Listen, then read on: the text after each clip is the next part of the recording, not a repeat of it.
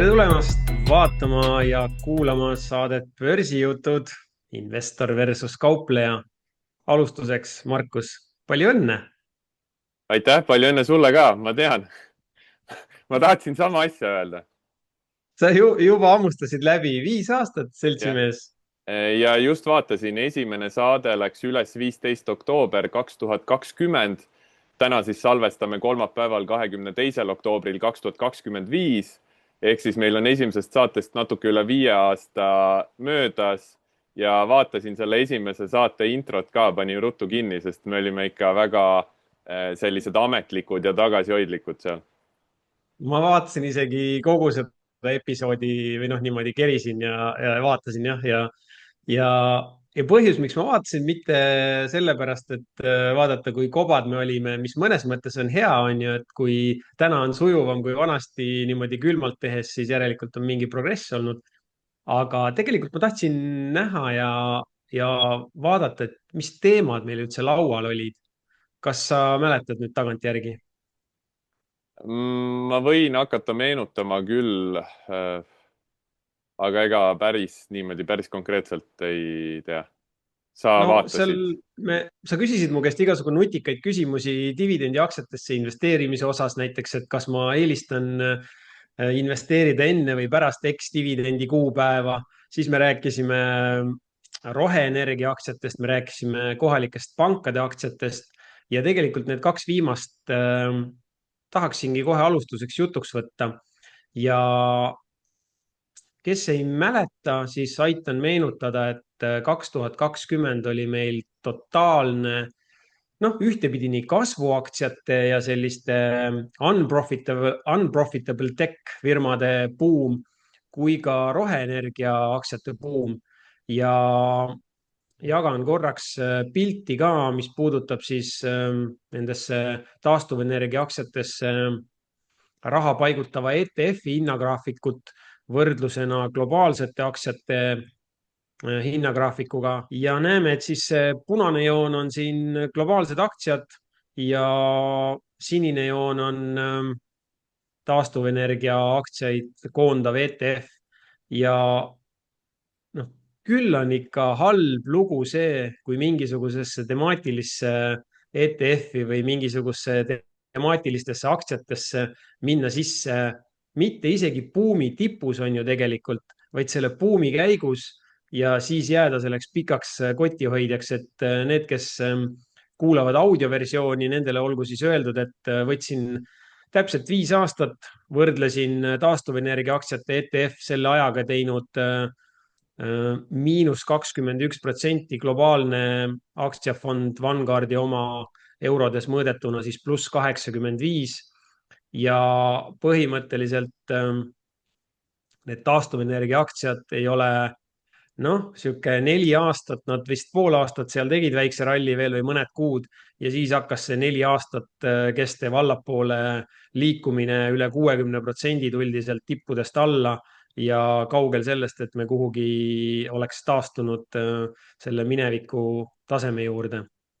Et ega mul siin nagu suurt küsimust sulle ei ole, ma lihtsalt kuidagi iseenda tarbeks aeg-ajalt teen neid mineviku tšekke ja vaatan üle, et kuidas siis erinevad valdkonnad käitunud on ju börsidel ja kuidas need mullid lõhkenud on ja siin on hea targutada, on ju. Oleks mul kohe nüüd seda ETF-i raamatut võtta kusagil siin riiulist mul on, siis oleks hea öelda, et pange laiapõhjalistesse ja ei tasu nagu nendesse nišikatesse nii palju ja nii sageli hüpata. Et eks me ju saame siin kohe ühe näite koduturult ka tuua seoses rohelise pensionifondi sulgemisega. Ja seda küll, aga noh, samas eks see on nüüd see kontsentreerituse küsimus, et kas sa võtad mingi fookuse või lähed laiapõhjalisse, et kui laiapõhjalisel, kui lihtsalt raha pritsib sisse ja laiapõhjaline kõik tõuseb, on ju, siis see laiapõhjaline on nagu hea, aga võib-olla mingis turufaasis, kus raha ei ole nii palju kõige jaoks, hakkab noh, rohkem rolli mängima see, kui sa nagu suudad välja valida mingi niši. Lihtsalt mina näen seda noh, see üksiknäide võib-olla ei saa nimetada õppetunnina, sest see statistiliselt ei ole nagu väga suurt nii-öelda significance'i, aga et need, kes võib-olla 5 aastat tagasi sinna roheenergiasse läksid või mingitesse minimullidesse, et miks nad seda tegid? Ilmselt sellepärast, et kõik rääkisid sellest. Ja põhimõtteliselt noh, minu jaoks on siin see, et ma ei ole jälle, ma ei tea, mitu nädalat pole isegi avanud finantsuudiseid, ma olen teinud iga päev oma data ja tööriistade ja strateegiatega oma otsused ära ja ma ei tea, mis need minimullid praegu või võiksid olla meedias, et ma kujutan ette, et ai-st räägitakse veel palju, ilmselt kullast räägitakse ja siis ongi see, et noh, kas sa teed neid otsuseid päriselt ise mingi analüüsi põhjal või sa tegelikult teed lihtsalt sellepärast, et sa jooksed teistega kaasa. kohe tahaks sellest sõnasabast kinni võtta, sellepärast et me salvestame siis neljapäeval, nagu sa ütlesid, Kolmapäeval. vabandust, kolmapäeval ja teisipäev oli siis see päev, kus kulla hind ja kullakaevandajad said pihta ja hõbe ka. Kulla ETF-i hind kukkus 6%, hõbe 8%, kaevandajad tegid seal ligi 10% miinust. Noh, ma ei tea, sa vist ei ole neid graafikuid nagu üldse vaadanud niimoodi tehnilise analüüsi pilguga või? Graafikut olen vaadanud, me siin, noh, mõni kuu tagasi sa panid mind spontaanselt olukorda, kus me vaatasime kulla graafikut otse siin saates. Aga graafikut ma olen vaadanud ja kuld on kõvasti tõusnud ja jah, ta eile kukkus palju. Ja ma tean, et mul endal portfellis, mis on väga korreleeritud sellega, on 2 tikerit, mis tuleb kohe meelde, on NEM ja AU. Kaks kaevandajat. Jah. Et need ilmselt eile kukkusid sarnaselt, aga samas sellele eelnevalt nad ka tõusid sarnaselt, et no pain, no gain. Aga selles suhtes see tsükkel on olnud veider, et kui ma nüüd ei eksi, oleneb natuke mõõtmisperioodist ka, ma kohe ei oska öelda, mis perioodi ma siin graafikule panin, kui ma selle võrdluse tegin, ma ei mäleta enam. Aga tavaliselt on nii, et kullakaevandajate aktsiad on justkui nagu võimendusega panus kulla hinna tõusule. Aga seekord on kulla hind justkui tõusnud rohkem kui kaevandajate aktsiate hinnad, mis on nagu mõnes mõttes siis ebatraditsiooniline. Jah, võimalik. Ma nii täpselt ei ole vaadanud. Aga jah. Jah, okei, aga teine asi, millest ma tahtsin täna juttu teha, et meenutusi minevikust oli see pankade ülevaade, et esimeses saates me natukene vaatasime kohalikele pankadele peale ja paljuski seetõttu, et me tegime vist mingit aktsiainvestorite konverentsi ja seal meil käisid pangajuhid esinemas, kui ma õigesti mäletan, siis ma tegin mingisuguse koondtabeli ja vaatasime sellele kohalikule pangaaktsiate või pangaaktsiatele siis peale. Ja nüüd ma siis tegin jälle midagi lihtsat ja sarnast, et võtsin meie kohalikul turul tegutsevad pangad ja panin juurde selle sektori ETF-i, antud juhul siis Euroopa panganduse ETF-i.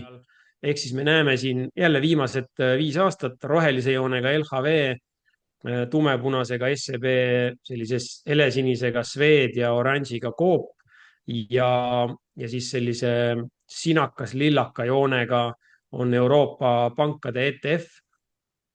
Ja jälle sihuke nagu tagantjärele tarkus või meeldetuletus iseendale, et ikkagi noh, ei saa üle ega ümber sellest, et need üksikaktsiate positsioonid mõnes mõttes vajavad nagu haldust, et tihtipeale mida laiapõhjalisemad need ETF-id on, seda pikemalt saab nendega sõita, ilma et sa peaksid mikromanageerima neid. Võib-olla on siis, see on hea ütlus, et kes audioversiooni kuulavad, siis olgu öeldud, et hinna liikumised selle 5 aasta jooksul siin dividende ei ole arvestatud.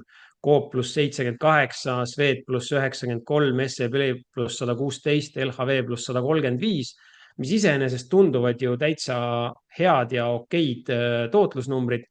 Aga kui paneme siia kõrvale Euroopa pankade ETF pluss 404, siis need käärid on ikkagi päris suured.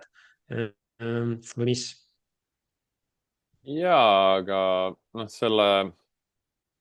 ma ei tea, minule meeldivad üksikaktsiad rohkem, kui tahad ikkagi püüda ka mingit oluliselt suuremat võimalust kui kogu turg, siis pead minema süvitsi sisse ja tegema mingeid valikuid. mingeid rohkem kontsentreeritud valikuid kui lihtsalt SPY ticker ja SB500 või mis iganes. no seda ma nagu väitsingi, et see nõuab siis sellist aktiivsemat haldust, sellepärast et meil käis siis 2020 sügis on ju see graafik ja võrdlus algas, 2021 käis meil siis see kohalik börsimull läbi ja nüüd me siis seda pidu või pohmakat oleme seedinud hea mitu aastat ja tegelikult ega need jooned pole kuhugi liikunud, aga huvitav on näha, et need skandipangad on samamoodi liikunud nagu pigem külgsuunas. Aga jällegi, miks ma nagu selle kuidagi jutuks tõin, on sellepärast, et väga paljude kohalike investorite portfellises ma näen neid nii meie enda kodubörsilt neid pankasid kui ka tegelikult Swedbanki võetakse ju portfelli päris palju, aga noh, kui ma ikkagi valin need üksikaktsiad, siis ma ikkagi tahaks ju valida nagu kirsid on ju tal tordil, mitte võtta mingeid kehvikuid või keskmisi. Et ma saan aru, et siin oluline faktor on, et nii kui kohe, kui kogutootlust vaadata, siis see dividendi määr pankadel SEB-l, Swedil on seal on ju 5, 6, 7%, et see muudab natukene seda pilti paremaks, aga noh, need käärid jäävad ikkagi päris suured, ehk siis kogu mu selle asja võib-olla sõnum on see, et kui sa lähed mingist konkreetsest sektorist neid ettevõtteid valima, siis otsi ikkagi neid nagu kõige paremaid, mitte võib-olla neid, mis on sulle endale kõige tuttavamad. Ma ei tea, vähemalt ma ise püüan ei no sellepärast, üksikaktsiate vallast nii toimetada. sellepärast sa eestlaste portfellides näedki LHV-d, Swedi ja neid, sest et need on kohalikud pangad ja kõik räägivad nendest.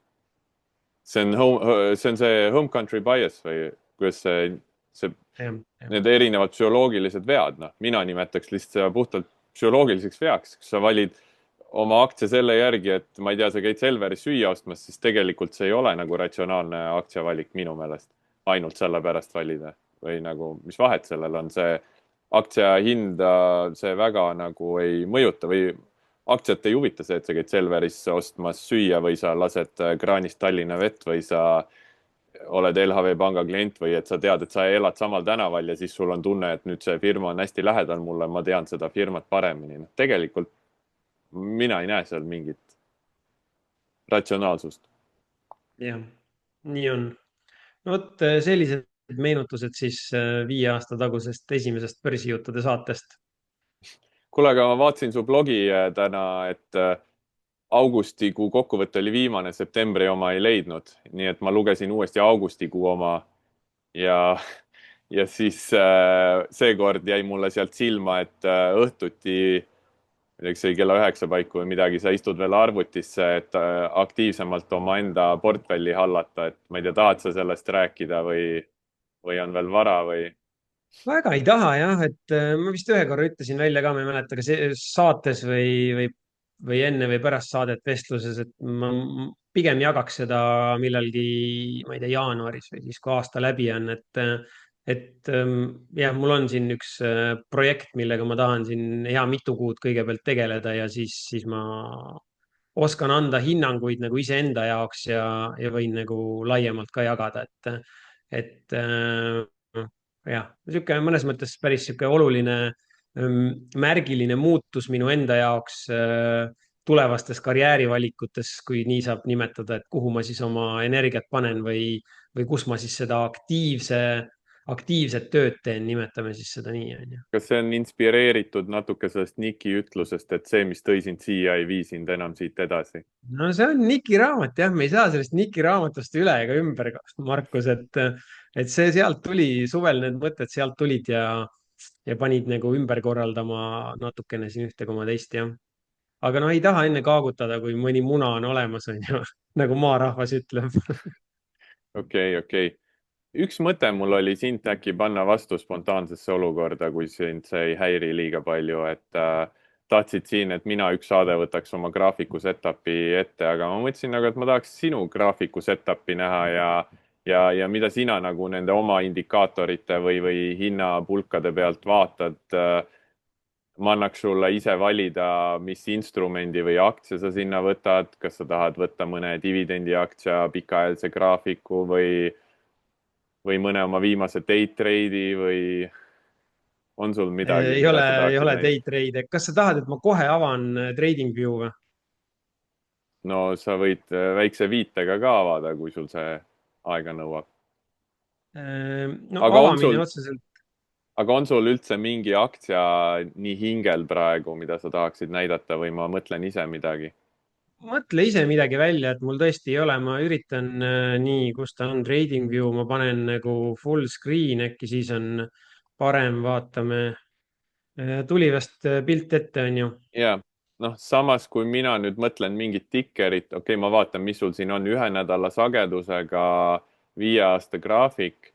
Et siis mul tikerile mõeldes oleks vaja midagi nagu, mis haakub selle graafiku või ajahorisondiga, on ju, et Ei, mul. sa võid öelda mingi suvalise tikkeri, sellepärast et ma just enne meie saadet vaatasin kulla graafikut ise või kulla ETF-i. ma tahtsin näha, mis ta siin eelturul teeb, on ju, et see Okei. teisipäev oli suur languspäev ja see ei ole kuidagi oluline, ei see sagedus ega see muu seadistus siin. Okei, sul on kullagraafik ees, vaatamegi siis seda, et mis ta siis on siin keset nädalat oleme ja ta on nüüd tegi selle nädala algus tegi uue tipu ja siis tuli praktiliselt eelmise nädala madalpunkti. jah, jah, seda me praegu näeme siin, nii, kui ma siin hiirt liigutan, siis võib-olla see jääb ka salvestuse peale, on ju. ja nii me näeme, et ta on siin. ja nüüd, kui ma nüüd tahaks nagu kurutada, on ju, et siin 3 kuud tagasi, kui me vaatasime seda kulda, siis ma muidugi ütlesin, et ma kindla peale, on ju, tean, et see hakkab tõusma edasi. Okei, ma teen mina nalja. ei mäleta, no kui sa Ma nii teen väidad, nalja. siis Ma teen palju õnne nalja. sulle. Ma teen nalja. Tegelikult isegi ma ei öelnud, et kuld hakkab tõusma, ma lihtsalt ütlesin, et pikaajaliselt ma hoiaks edasi, kui mingi väike seal tagasitõmme oli, ma ei tea, juulis või millalgi. Aga tegelikkuses on see, et isegi kui ma väga konkreetselt arvan, et ka midagi võiks kukkuda või tõusta, siis ja nii lähebki, siis ma ka enda puhul alati tuletan meelde, et katkine kell on 2 korda päevas õige. Et tegelikult hästi palju juhuslikkust on nendes arvamustes nagunii, et ükskõik, kes see arvab, mina või keegi teine. Aga mis sa siis ise siit graafiku paremast äärest on palju raskem neid arvamusi avaldada, kui siin tagantjärgi vaadates, aga. no, nagu sa näed, siis ma olen kunagi siin eelmisel aastal peale joonistanud siia mingisugused Fibo tasemed, et kui mingi väärtpaber teeb siis läbimurde kõigi aegade kõrgtasemele või võtab eelmised tipud välja, siis aeg-ajalt ma neid Fibosid joonistan. Ma praegu ei tea, kuidas ma siin täpselt ta paika olen pannud, aga ma olen siin mingitest 2016 põhjadest seda Fibonacci extension'it teinud. noh, ja siis no põhimõtteliselt, kes Fiboga väga tuttav ei ole, ütleme, et siis seal on need maagilised numbrid, on ju see 61,8%, kus tavaliselt siis tekib mingisugune tõusu peal siis selline vastupanutase või rahunemine ehk potentsiaalne konsolideerimine, ükskõik kas siis külgsuunas või natukene midagi alla. noh, vaatame, et ma ei ole siin võib-olla oma joonistustega kõige paremini hakkama saanud, aga siin on see esimene 61% tase, siin on see järgmine pikendus on ju 1,618, siin, kus natukene kõrgemal on välja joonistunud see 2,618. noh, see kulla hind päris siia välja ei jõudnud, aga niisugune nibin-nabin on ju, et kui ma praegu siit graafiku pealt vaatan, siis mul kohe jäigi endale silma, et see eelmine Fibo tase on siin ju kusagil vahemikus 300 kuni 320, ütleme laias laastus. GLD on siis see kulla hinna ETF USA börsil kauplev.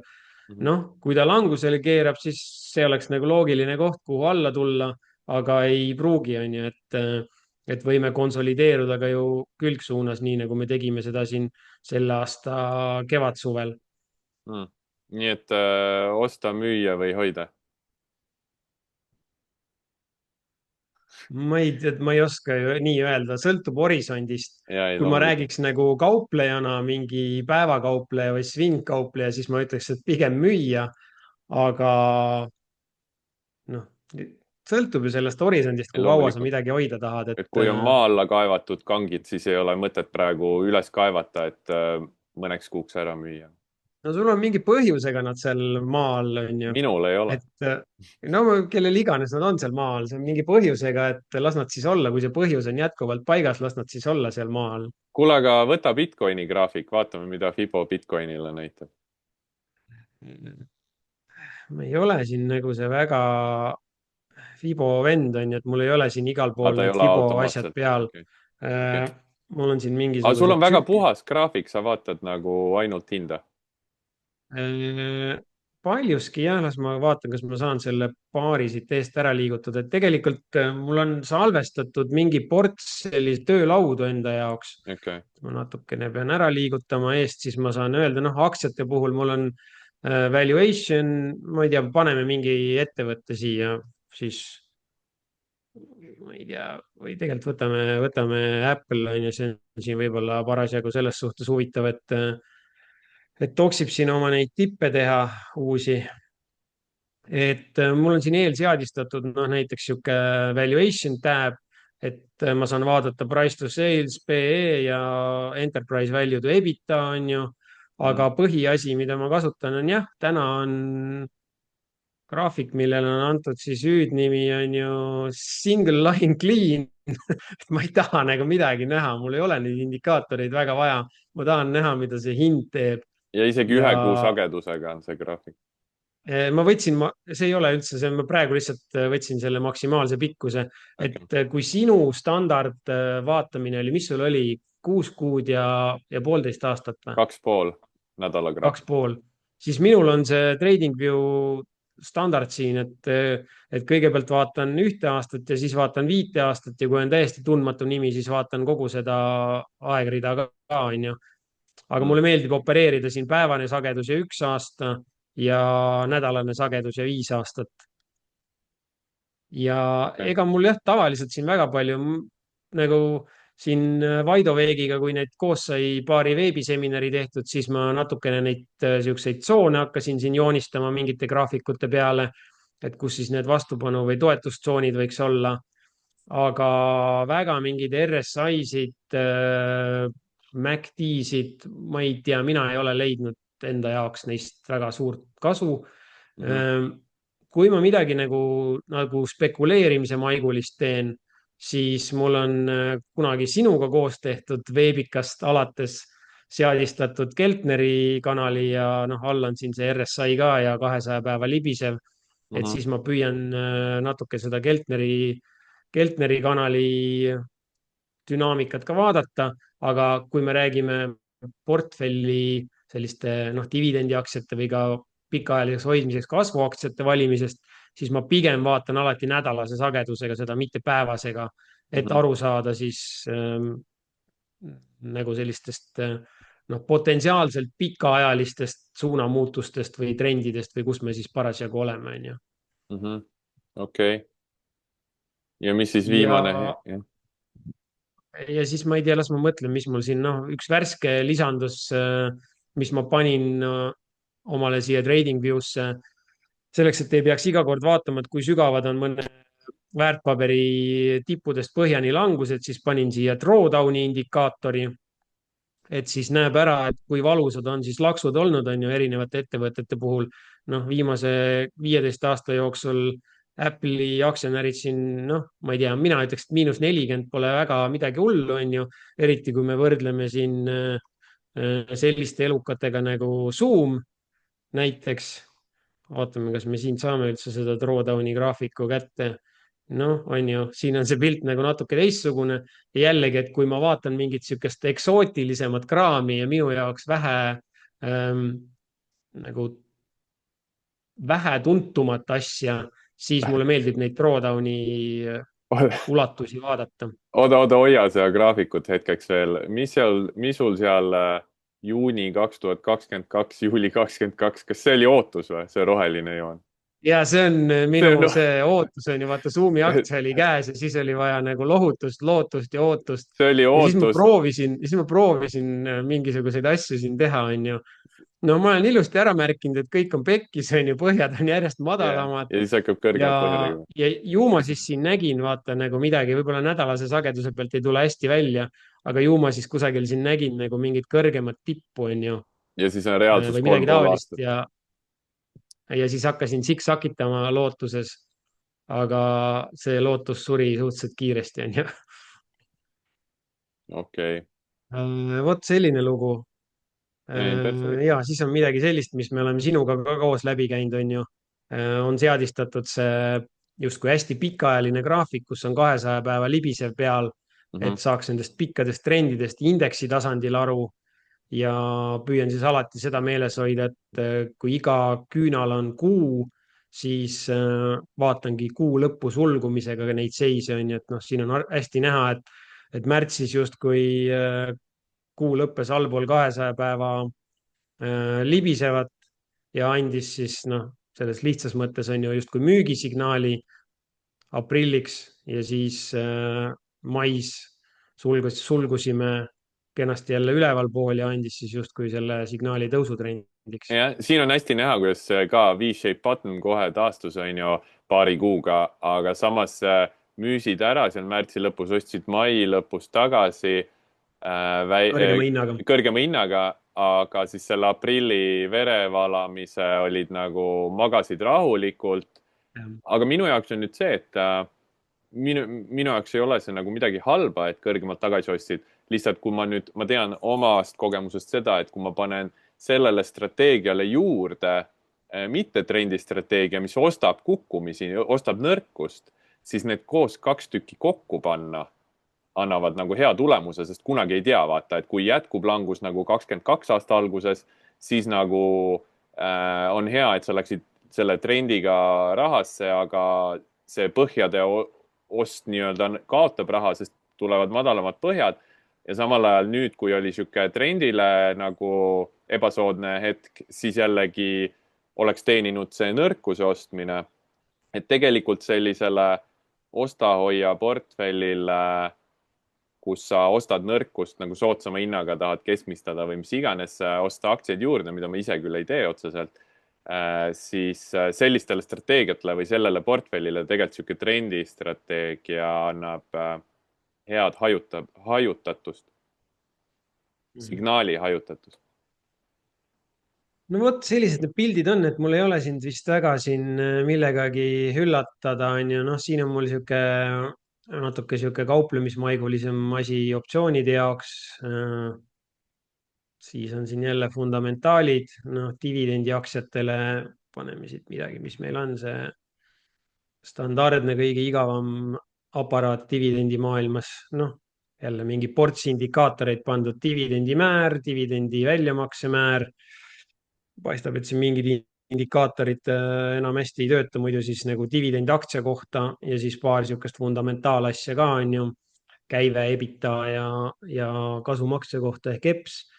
Et maru mugav on kuidagi kiiresti on ju vahetad neid salvestatud töölaudu ja siis saad kiiresti kätte, et mis nurga alt sa midagi parasjagu vaatad. Okei, hästi. Kuidas täna üldse ise investeeritud oled nagu tavapäraselt, et nii kui vaba raha tekib, lükkad stonksidesse sisse ja sõidad või?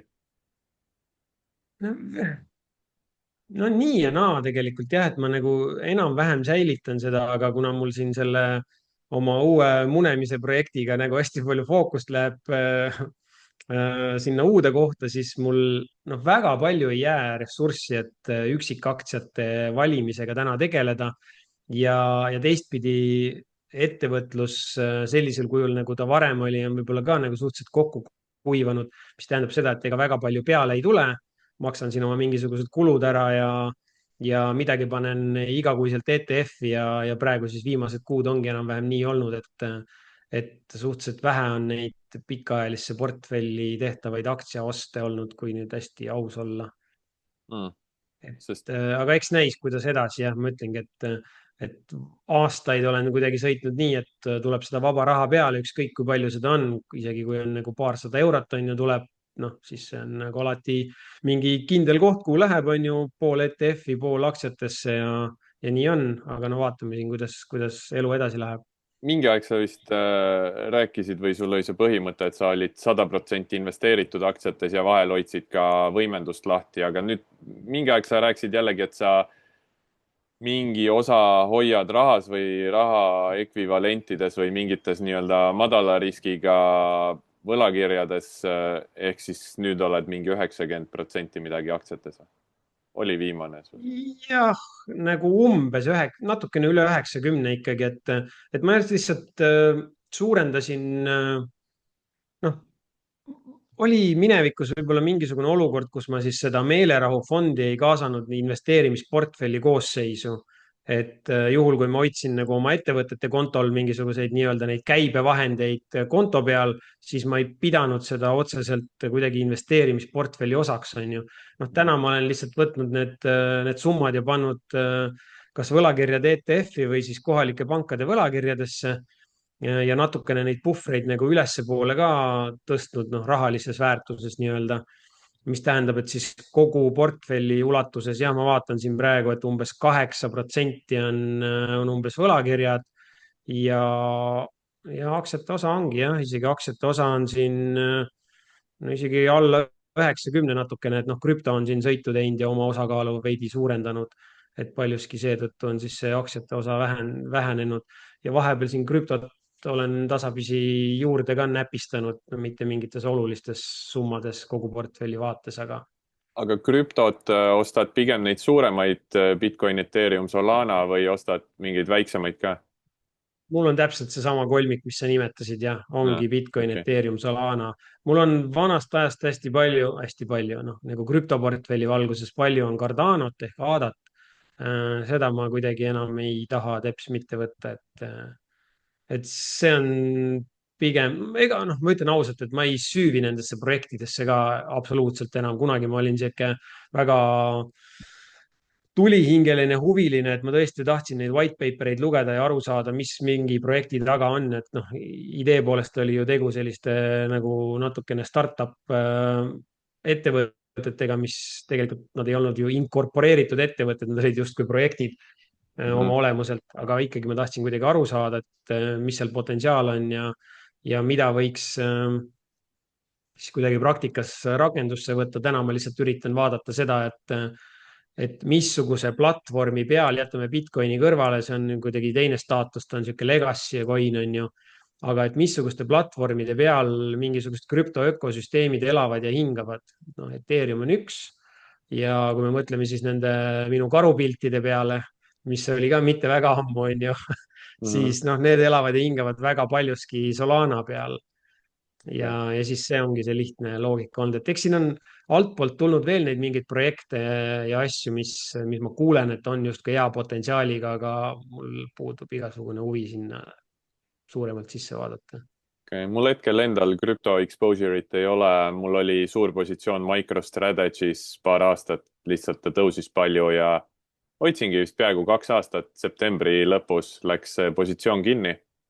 aga üldse tegelikult viimasel ajal, kui ma vaatan nagu neid positsioone või rotatsioone, mis mul portfellis toimub, siis ega ma ju tegelikult ma ei tea, kui ma midagi müün, siis ma ju ei tea, mida see aktsia edasi teeb, mind väga see ei huvita, aga samas mul ei ole ka nagu mingit ootust, et nüüd see aktsia peale minu müüki võiks või peaks kukkuma, aga tihti on tegelikult see seotud sellega, et see raha liigub edasi mingisse potentsiaalikamasse aktsiasse. Noh, et vaata, ühte aktsiat müües ei pruugigi üldse olla see põhjus selles aktsias, on ju. Vaid hoopiski selles, et see raha leiab parema koha. Sihuke mõte. ja no minu jaoks sa siin avasid kohe kaks teemat, et MicroStrategy'ga on huvitav lugu ja sellepärast, et see on see esimene ja mõnda aega ta oli siis ainus crypto treasury company või siis nagu krüptot koguv ettevõte, nimetame siis seda nii. Ja nüüd on ju, palju siis on, viimased paar kuud on täiesti buum olnud, et järjest luuakse neid uusi krüpto treasury ettevõtteid ja mitte ainult selliseid, mis Bitcoini ostavaid, vaid Ethereumit ka näiteks. ja, ja noh, mul endal on tunne, et seal natukene nagu susiseb, et ma ei tea, kas sealt nüüd tuleb õhk välja visinal või tuleb pauguga, aga midagi seal natukene mäda on.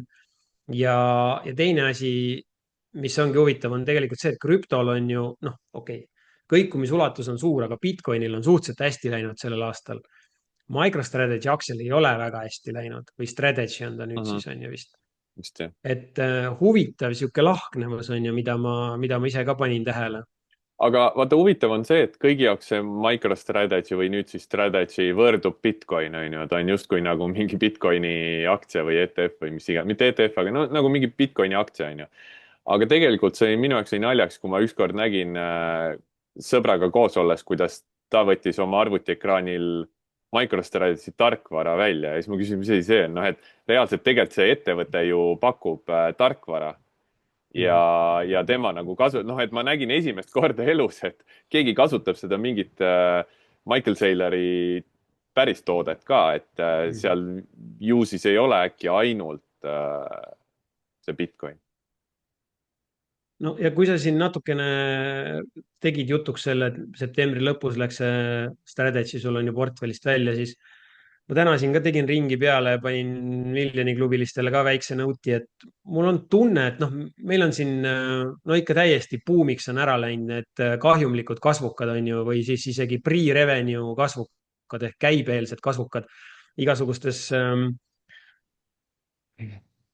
Insta chatides ja story des ja kus iganes seda jagatakse, no mingi ikka meil siin meeletu buum on mitte ainult kohalik, vaid ma arvan, et globaalne.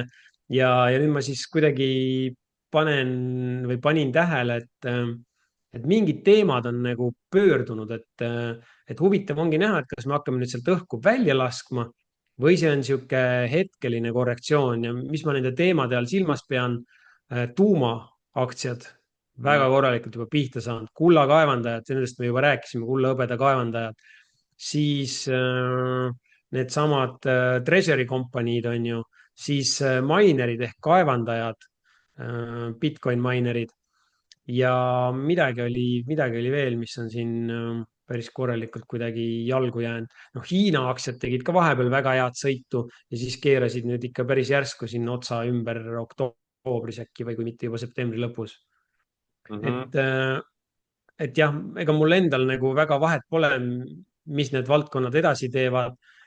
lihtsalt huvitav on mõtiskleda, et kas nüüd tuleb mingisugusele buumile väike sihuke lõpp ja tuleb mingi valu teatud hulgale investoritele või spekulantidele, nimetame siis neid nii.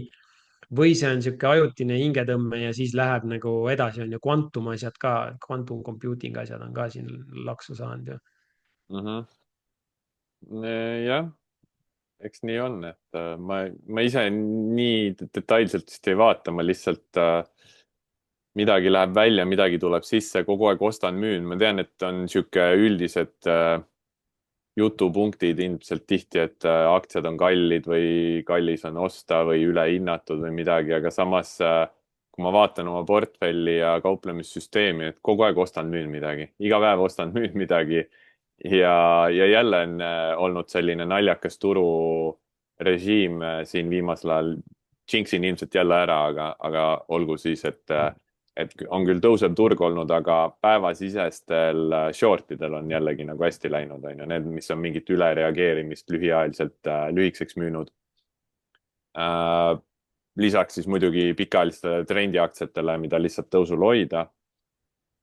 aga kogu aeg on midagi osta-müüa, ma ei tea, mul on nagu raske öelda, et kas aktsiad on nüüd kallid või mitte või enamus aega öeldakse, et aktsiad on kallid, aga siis hiljem on ikka veel kallimad, on ju.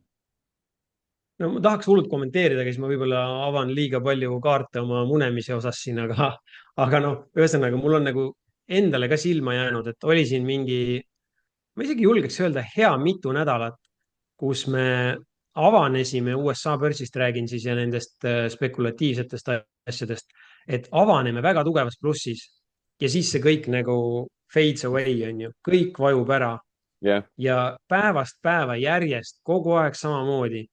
ja noh, jälle pani kuidagi, andis siin mingeid õppetunde ja pani kuidagi teistmoodi vaatama mingeid asju. Ma olen väga üldsõnaline, aga las ta siis olla praegu. no ühesõnaga Märten the Day Trader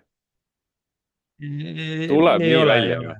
õhtuti Jah, ei ole. arvutis, vaatab avanemisi, teeb mingi optsiooni templeid, mida näidata ei tahtnud. Ei ole mingi päevakaupleja, aga okei, no küll kunagi ilmselt. räägime siis. okei, hästi, mis veel meelel? kuule, ma loen siin paralleelselt kahte raamatut.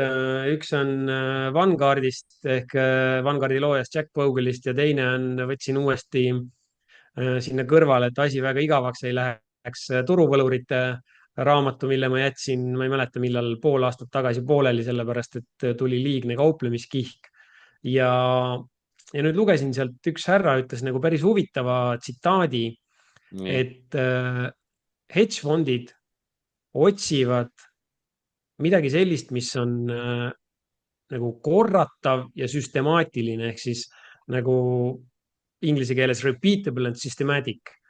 ja siis ma hakkasin nagu mõtlema, et kui kõik otsivad mingisuguseid süstemaatilisi, algoritmilisi ja piisavalt pidevalt korduvaid strateegiaid või mustreid, siis ja järjest rohkem neid otsivad, on ju, sina kaasa arvatud, institutsioonid, siuksed suured, väiksemad, päris üksik on ju kauplejad, kõik liiguvad selle süstemaatilise poole järjest rohkem. Et kas siis ei või tekkida selline olukord, kus see discretionary ehk siis ma ei tea, nimetame siis seda kuidagi tunnetuse baasilt tekkiv investeerimine või kauplemine muutub ajas väärtuslikumaks, potentsiaalikamaks. Ma ei tea, mis su mõtted on selles osas. ja ma olen ise ka selle peale mõelnud ja siin veel paar aastat tagasi ma mäletan, mul oli hea meel, et ma ei suutnud ühte oma swingi strateegiat automatiseerida või reeglitepõhiseks teha, sest seal oli lihtsalt mingi intuitsioon natukene sees, visuaalne intuitsioon. Mitte, et ma oleks midagi aktsiatest või ettevõtetest arvanud, aga lihtsalt see setup'i valimine oli kuidagi nagu lihtsalt mulle visuaalselt omasem, kui lihtsalt see koodi kuidagi programmeerida. Aga täna ma enam ei taha nagu selliseid strateegiaid väga, sellepärast et need kuidagi ei ole nii, nõuavad palju ajuressurssi, aga ei ole väärt seda, kuidas siis öelda, seal on väga palju juhuslikkust, riski võib-olla peab suuremalt võtma, et kui see asi töötab, siis teenib hästi, aga ühesõnaga mulle meeldivad ikkagi automatiseeritud algoritmiliselt. Täna ma olen täielikult arvutite peal ja ma olen mõelnud ka sellele, et kui järjest enam lähevad algoritmiliseks, siis mingi aeg nende vastu intuitiivselt kaubelda võib muutuda kergemaks.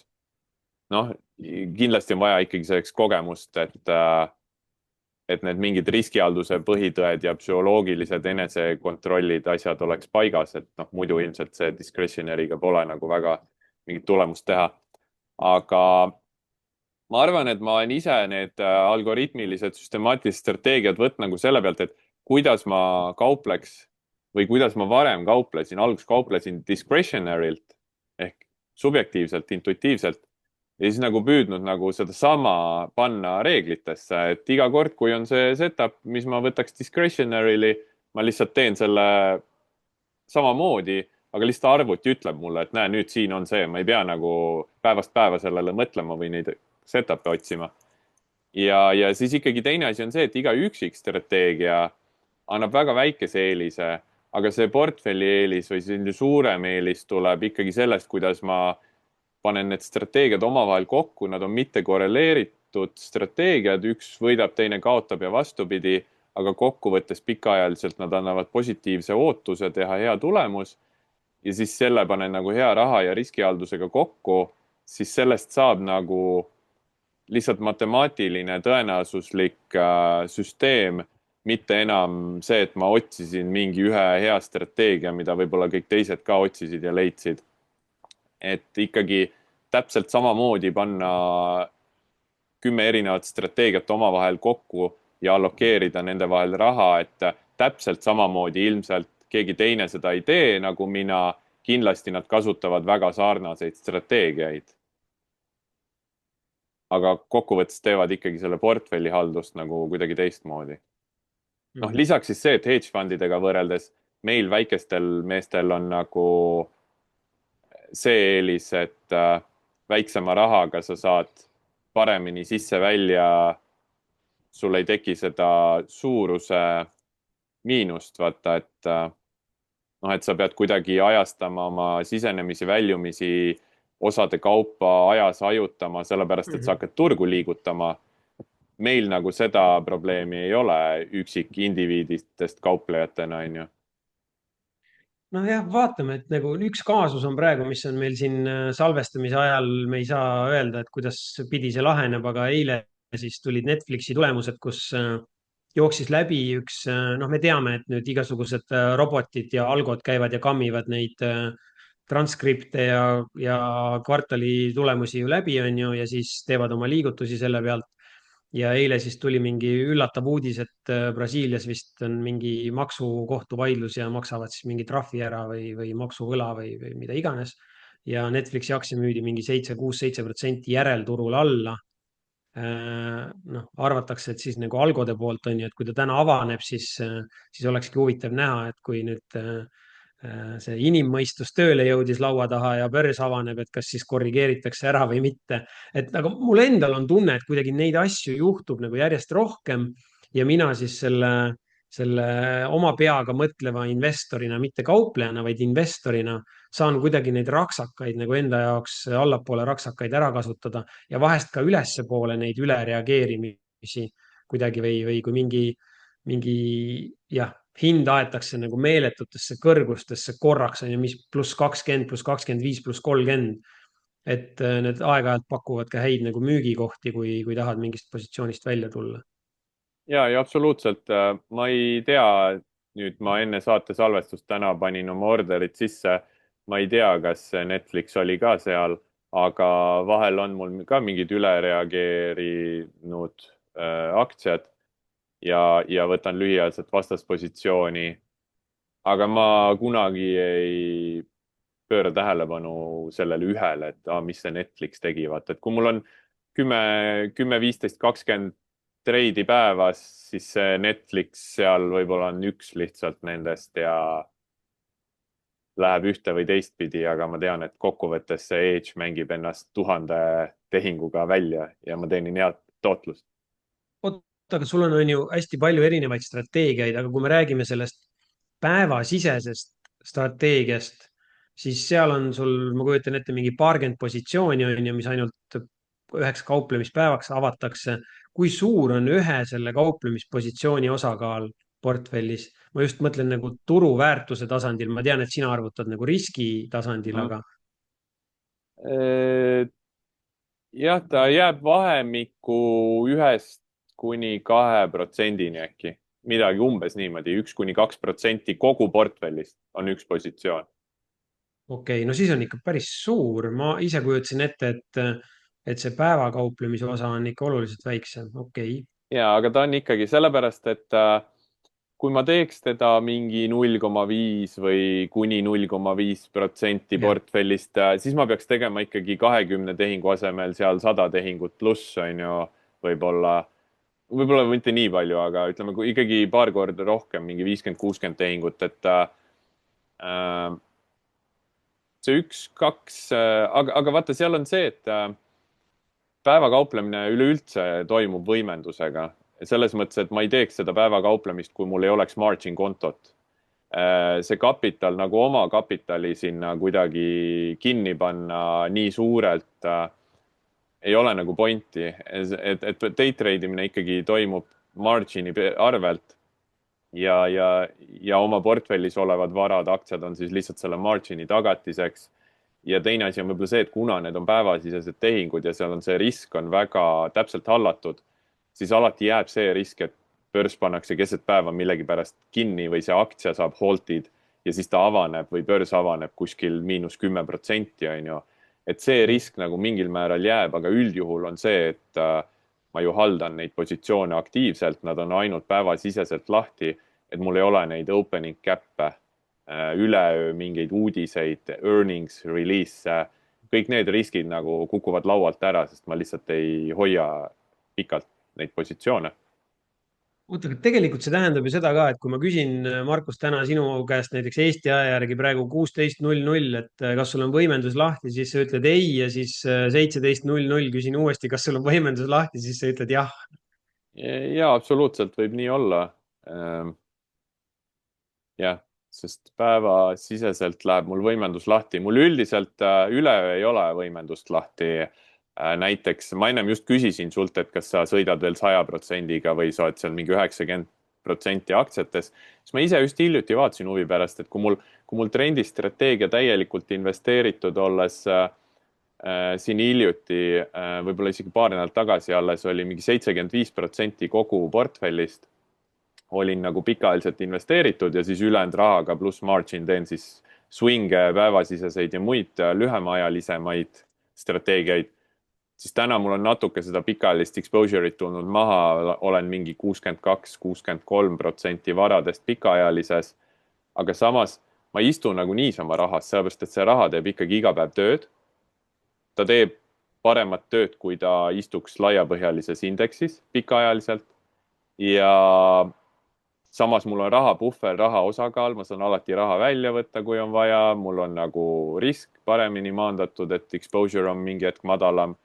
Ja samas ma olen viimasel ajal natukene mänginud nende erinevate öeldaks faktor investeerimine, minu jaoks ikkagi pigem on kauplemine, faktor kauplemisega, et pikaajalised positsioonid on tihti või ütleme viimasel ajal muutunud rohkem sellisteks aktiivsemateks positsioonideks või need aktsiad mu pikaajalises portfellis on nagu vähe aktiivsemad ja järsemad. Teevad nagu järsemaid liikumisi, et ma ei istu mingisugustes suurtes dinosaurustes, mis on madala beetaga ja liiguvad seal vähem kui indeks. Vaata, pigem mul on ikkagi see, et kui indeks liigub natuke, siis minu need aktsiad liiguvad palju ühes või teises suunas, mida ma olen nagu natukene portfellis ümber mänginud. Et see, et mingi aktsia teeb mul päevaga 10% ühes või teises suunas, üksik positsioon, on suhteliselt tavaline.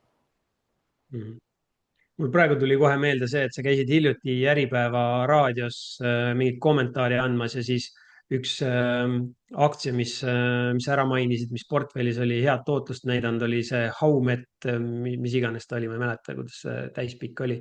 Aga tuli mul endal ka nagu kuidagi vaatlusnimekirjas olnud pikalt ja radaril olnud ja siis vaatasin, et nagu ikkagi päris veider on see, et täpselt siis, kui on ju kusagil avalikult millestki räägitakse, siis nagu pärast seda tuleb on ju äravajumine ja tuleb see tipu tegemine kuidagi.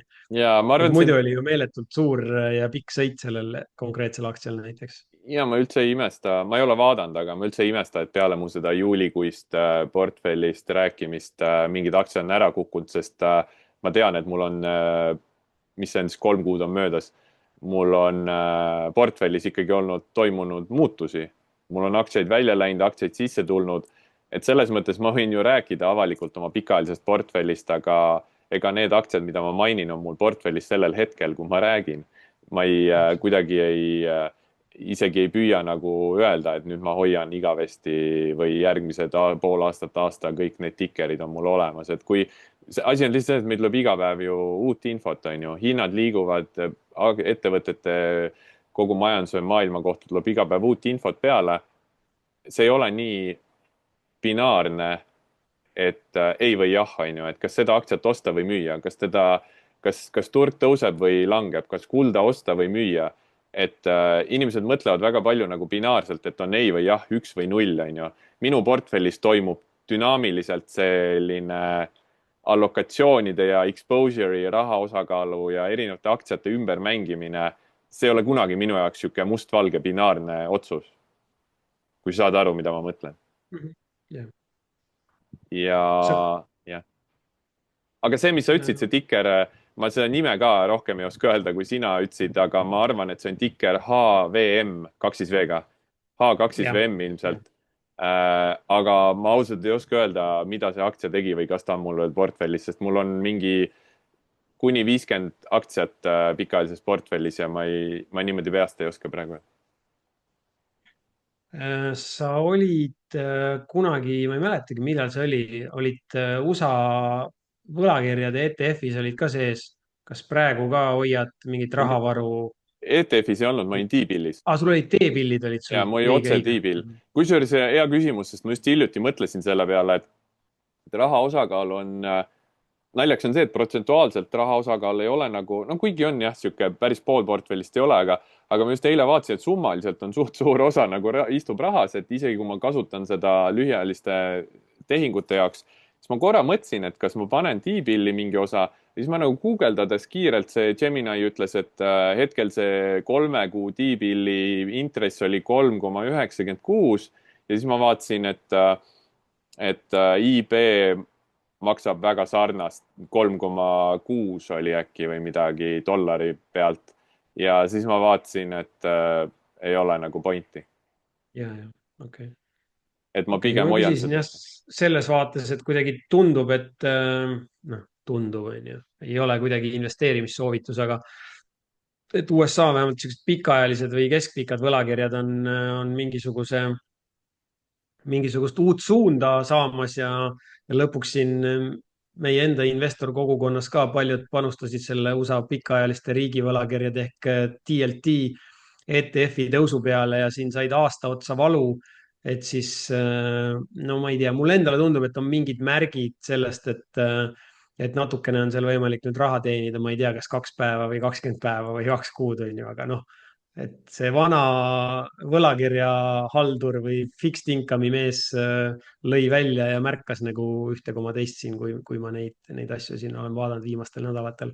No mina vaatasin see T-billi, kui ta mul 3 aastat tagasi portfellis oli langeval turul ja ka nüüd 3 kuu T-billi just selle mõttega, et ma ei aja taga üldse selle võlakirja hinnamuutust, vaid ma hoiangi ta lõpuni 3 kuud ära, ma saan sealt oma intressi kätte, nii et mind nagu see võlakirja hinnamuutus ei mõjutaks, et ma saakski ainult intressi.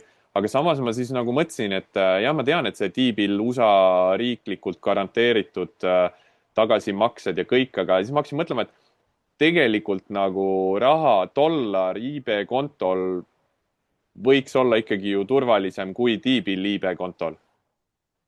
IB risk on igal juhul, aga siis on nagu lisaks veel mingisugune risk juures, mida öeldakse, et on kõige madalam risk ja loetakse 0 riskiks, aga tegelikult mingi risk ikkagi tekib ju või ei teki või? No nüüd on nagu võib-olla see naljakas olukord, et kõik see raha, mis on IB kontol, IB hoiab A erinevates korrespondentpankades, nende kontodel või tähtajalistes lühiajalistes hoiustes või B ostab T-bille. Ei, selles mõttes küll jah, seda ega IB ju maksab ka intressi selle pealt, et ta ise teenib intressi ja võtab sealt selle väikse kääri endale. Selles mõttes ega loomulikult ega ta ei maksa omast taskust seda 3,5%. Aga noh, jah, ütleme siis nii, et ilmselt kui T-bill failib, siis failib kogu süsteem ja siis ei ole vahet, kus sa oma raha hoiad või on see ka üle? Siis me jõuame sinna nende asjadeni, mis on inimestel siis maasse kaevatud on ja millest me enne rääkisime.